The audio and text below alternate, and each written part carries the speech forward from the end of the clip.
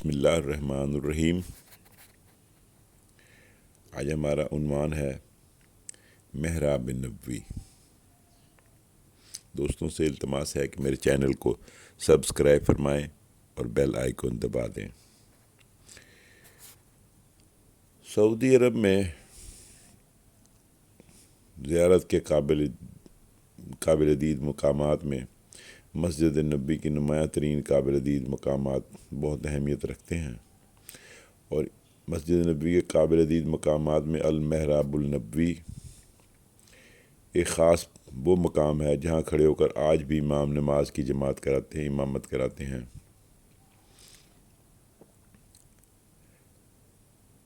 محراب نبوی روضہ شریفہ میں منبر نبوی کے بائیں جانب واقع ہے۔ اس سے قبلے کی نشاندہی ہوتی ہے۔ امام مسجد نبوی یہاں کھڑے ہو کر فرض نمازوں کی امامت کراتے ہیں۔ پیغمبر اسلام صلی اللہ علیہ وسلم ہجرت کے بعد 16 یا 17 ماہ تک بیت المقدس کا رخ کر کے نمازیں ادا کرتے رہے تھے۔ بعد ازاں جب تحویل قبلہ کا حکم آیا تو آپ نے بالکل اس کے برعکس یعنی کہ رخ طرف امامت فرمانے کے لیے فرما لیا۔ سیرت نبوی اور اسلامی تاریخ میں آتا ہے کہ پیغمبر اسلام مکہ سے مدینہ ہجرت کے بعد 16 یا 17 ماہ تک بیت المقدس کا رخ کر کے نمازیں ادا کرتے رہے۔ احادیث کی معتبر ترین کتابوں بخاری اور مسلم شریف میں روایت ہے کہ پیغمبر اسلام جب مدینہ آئے تھے تو وہ 16 یا 17 ماہ تک بیت المقدس کی طرف رخ کر کے نماز ادا کرتے رہے تھے۔ اس وقت امام کے کھڑے ہونے کی جگہ مسجد کے آخر میں باب عثمان کے بالمقابل شمال کی جانب تھی۔ 16 یا 17 ماہ کے بعد قبلہ تبدیل ہوا۔ پھر پیغمبر اسلام نے اللہ کے حکم پر بیت المقدس کی بجائے خانہ کعبہ کا رخ کر کے نماز پڑھنا شروع کر دیا تھا۔ اس موقع پر امام کی جائے نماز مسجد نبوی جنوبی حصے میں منتقل کر دی گئی تھی۔ پیغمبر اسلام نے چند روز تک سیدہ عائشہ صدیقہ رضی اللہ عنہ کے نام سے منسوب ستون کے پاس بھی نماز کی امامت فرمائی تھی۔ اس کے بعد المخلقہ ستون کے قریب امامت کی فرمائی اور اپنی وفات تک اسی جگہ کھڑے ہو کر نمازیوں کی امامت فرماتے رہے۔ اس کے بعد ایک اور منبر شریف کے درمیان 14 ہاتھ اور 1 بلشت کا فاصلہ ہے۔ اس جگہ اور روضہ رسول کی دیوار کے درمیان 38 ہاتھ کے فاصلہ ہے۔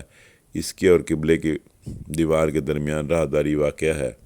اسے محراب نبوی کہا جاتا ہے، اور یہ نام اس لیے رکھا گیا کیونکہ یہ وہ جگہ ہے جہاں پیغمبر اسلام نماز ادا کیا کرتے تھے۔ عہد رسالت میں محراب نبوی تعمیر نہیں کی گئی تھی۔ پیغمبر اسلام وہاں کھڑے ہو کر صرف امامت فرمایا کرتے تھے اور وفات تک آپ کا یہی معمول رہا تھا۔ حضرت عمر بن عبدالعزیز کے دور تک یہ جگہ اسی طرح سادہ رہی۔ حضرت عمر بن عبدالعزیز نے الولید بن عبد الملک کے عہد خلافت میں مدینہ منورہ کی گورنری کے زمانے میں محراب نبوی تیار کرائی تھی۔ معروف سیرت نگار الصمودی نے تحریر کیا ہے کہ پیغمبر اسلام اور خلفائے راشدین کے زمانے میں مسجد نبوی میں کوئی محراب نہیں تھی۔ یہ حضرت عمر بن عبدالعزیز کی ایجاد ہے۔ محراب کا رواج اسلامی تاریخ کے ابتدائی 100 سال کے درمیان نظر نہیں آتا۔ اس کی شروعات دوسری صدی ہجری کے آغاز میں ہوئی تھی۔ مسلم خلفاء نے مسجد نبوی کے تاریخی اور عہد رسالت کے تمام قابل دید مقامات کی حفاظت کی۔ سعودی ریاست میں بانی مملکت شاہ عبدالعزیز اور پھر ان کے جانشین بیٹوں نے مسجد نبوی کی تعمیر اور توسیع اور تزئین میں بڑھ چڑھ کر حصہ لیا ہے اور زائرین کی سہولت کے لیے بہت سے کام کروائے ہیں۔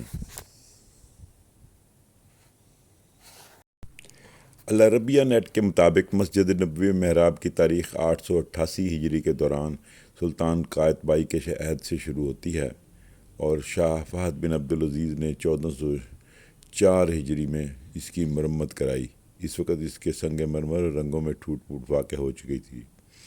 مسجد نبوی میں محراب تہجد کی گنبد کی جالیوں کے شمال میں باہر کی طرف واقع ہے۔ یہ وہ مقام ہے جہاں پیغمبر اسلام تہجد کی نماز ادا فرمایا کرتے تھے۔ تاریخ سے ثابت ہے کہ محراب تہجد ابن نجار کے عہد میں بھی موجود تھی۔ ان کی وفات 643 ہجری میں ہوئی تھی۔ قائتبائی نے اس کی تجدید کرائی، پھر سلطنت عثمانیہ کے حکمرانوں نے اس کی تجدید کرائی۔ انہوں نے سرخ پتھر کا ایک قطعہ منتخب کر کے اس میں جدت ترازی سے کام لیا تھا۔ اس پر آیات تہجد کندہ کرائی تھیں، اس پر سونے کا رنگ کرایا گیا تھا۔ یہ محراب اب بھی موجود ہے۔ مسجد نبوی میں ایک اور محراب، محراب فاطمہ، گنبد کے اندر واقع ہے۔ یہ محراب نبوی سے ملتی جلتی ہے اور یہ مملوکی عہد ہی میں تعمیر کی گئی تھی۔ مسجد نبوی میں ایک محراب کا نام محراب عثمانی ہے۔ یہ مسجد نبوی کے قبلے کی جانب واقع دیوار میں بنی ہوئی ہے۔ الولید بن عبد الملک نے عثمان بن عفان رضی اللہ تعالیٰ عنہ کی نماز کی جگہ میں 91 ہجری میں یہ محراب بنوائی تھی۔ بعد ازاں سلطان قائتبائی نے 1888 ہجری میں اسے وہ شکل دی جو آج ہمیں نظر آتی ہے۔ مسجد نبوی میں ممبر کے مغرب میں تیسرے ستون کے پاس محراب سلیمانی واقع ہے۔ یہ 9ویں صدی ہجری کی دوسری ششماہی میں تعمیر کی گئی تھی اور اسے سلطان سلیمان خان نے، جو القانونی کے لقب سے معروف تھے، 948 ہجری میں اس کی تجدید کرائی۔ اس پر سفید اور سیاہ رنگ مرمر کی گلکاری کا اہتمام کیا۔ اس کے بعد سے یہ محراب سلیمانی کے نام سے موسوم ہو گئی۔ مسجد نبوی کی ایک اور محراب، محراب فاطمہ رضی اللہ تعالیٰ عنہ کہلاتی ہے۔ محراب فاطمہ مسجد نبوی شریف کے 6 محراب میں سے ایک ہے۔ یہ محراب رسول اللہ کی صاحبزادی سیدہ فاطمہ الزہرا کی محراب کہلاتی ہے۔ یہ محراب محراب تہجد کے جنوب میں اور مقصورہ شریف کے اندر واقع ہے۔ محراب تہجد مسجد نبوی کی تاریخی محرابوں میں سے ایک اور محراب ہے۔ یہ محراب میں موجودہ زمانے میں زائرین کی توجہ سے پوشیدہ رہتی ہے۔ یہ خوبصورت محراب مسجد نبوی میں واقع دیگر محاریب کی نسبت چھوٹی ہے اور حجرہ سیدہ عائشہ کے شمالی جانب کی دیوار کے وسط میں بنائی گئی ہے۔ موجودہ زمانے میں یہ محراب زائرین اور عام عوام کی نظر سے اوجھل ہے، کیونکہ پیتل کی بنی ہوئی الماریاں شمالی جانب پوری دیوار کے ساتھ رکھی ہوئی ہیں جن میں قرآن کریم کے نسخے موجود رہتے ہیں، اس لیے یہ محراب نظر نہیں آتی۔ محراب شیخ الحرم مسجد نبوی کی 6 محرابوں میں سے ایک اہم محراب ہے۔ یہ دکۃ الاغوات کے پیچھے خواتین کے حصے میں واقع ہے۔ یہاں پہلے شیخ حرم نبوی شریف تراویح پڑھایا کرتے تھے۔ ان کا مخصوص اس کی تراویحوں کے لیے امام اسی محراب میں کھڑے ہو کر امامت کرتے تھے۔ بعد ازاں یہ مقام تبدیل کر دیا گیا۔ اب یہ محراب خواتین کے لیے مخصوص رہ گئی ہے کیونکہ یہ ان کے دائرے میں واقع ہے۔ اب یہاں خواتین کا مخصوص امام آ کر ان کی تراویحوں کی نماز پڑھاتا ہے، جبکہ شیخ الحرم نبوی شریف کے اب